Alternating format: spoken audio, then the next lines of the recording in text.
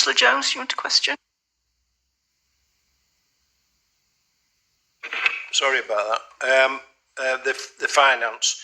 And what we got latterly is this: we'll get support from Simca, and I just wondered why, in the first place, we didn't take on board the fact that some of the money now comes from Simca via the excess investments from all the South Yorkshire authorities, and we didn't look at offering the share values from each of those authorities to actually come on board, which would have been additional to money to that process, plus the fact that they would have accepted, to my mind, that the interest that they'd accrued over this period of time would have been also available.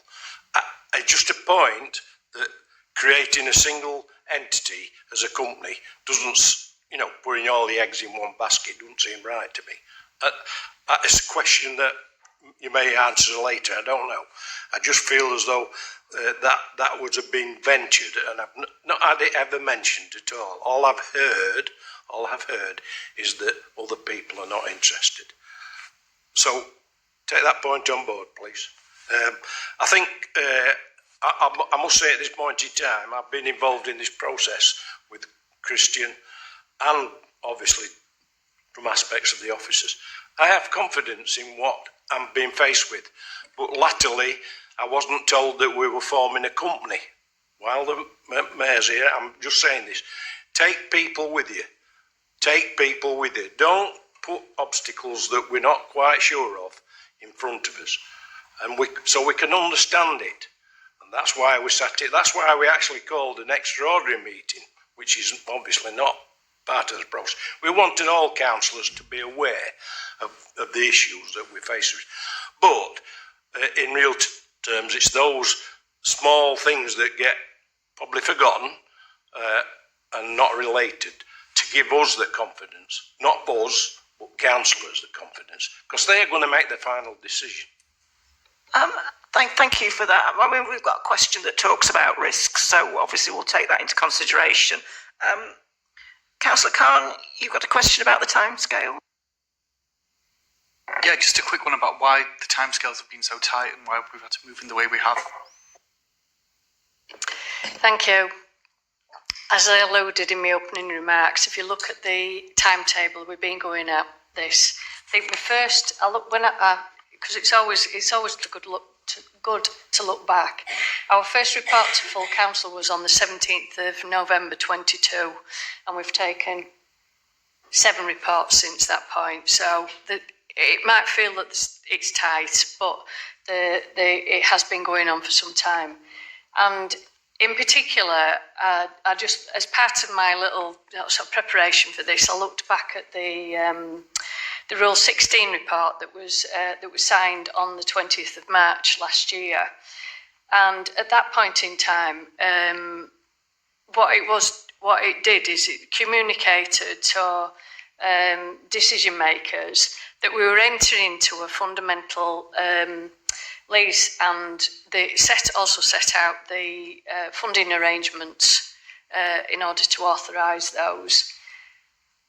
The reason why I pulled that out is because at that point it also, in paragraph 16, outlined that within the lease arrangements included break clauses. Now those break clauses were mutually agreed, but set a framework, a time period of 7 years in order to give us sufficient time in order to get the airport reopened and operational and start the development. As such, that takes us up to the 20th of March 31. So in part, time has been on our mind all this time, because whatever we've been doing, we've worked as quick as we possibly can, because the time it takes to do the preparation, you heard all that procurement process that we went through. That has taken time away from actually reopening and mobilising the airport.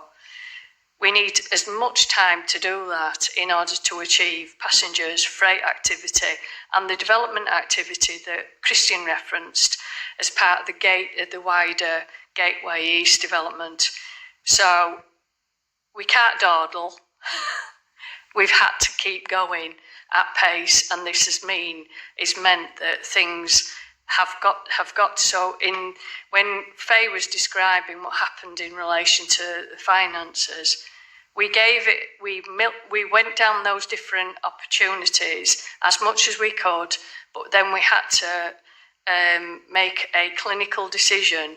We could have found something, but we'd have lost time, and we had to balance up that time versus the benefit, when at the same time we have run multiple tracks of activity. So as Faye's described, we developed the outline business case, which then became the full business case. And it was clear in that there would need to be a public subsidy. It was also clear that there were massive opportunities as a result of the investment. So that's the balance we've been, or environment we've been looking at all along. So hopefully that it does feel like each stage has been really tight. Living in the project, everything we've done, we've had to execute really tight times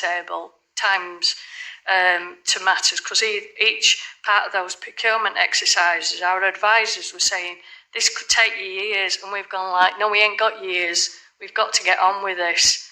So we've largely, all the way through these different stages, we've been conscious of that time, in part because of the environment we've been operating in.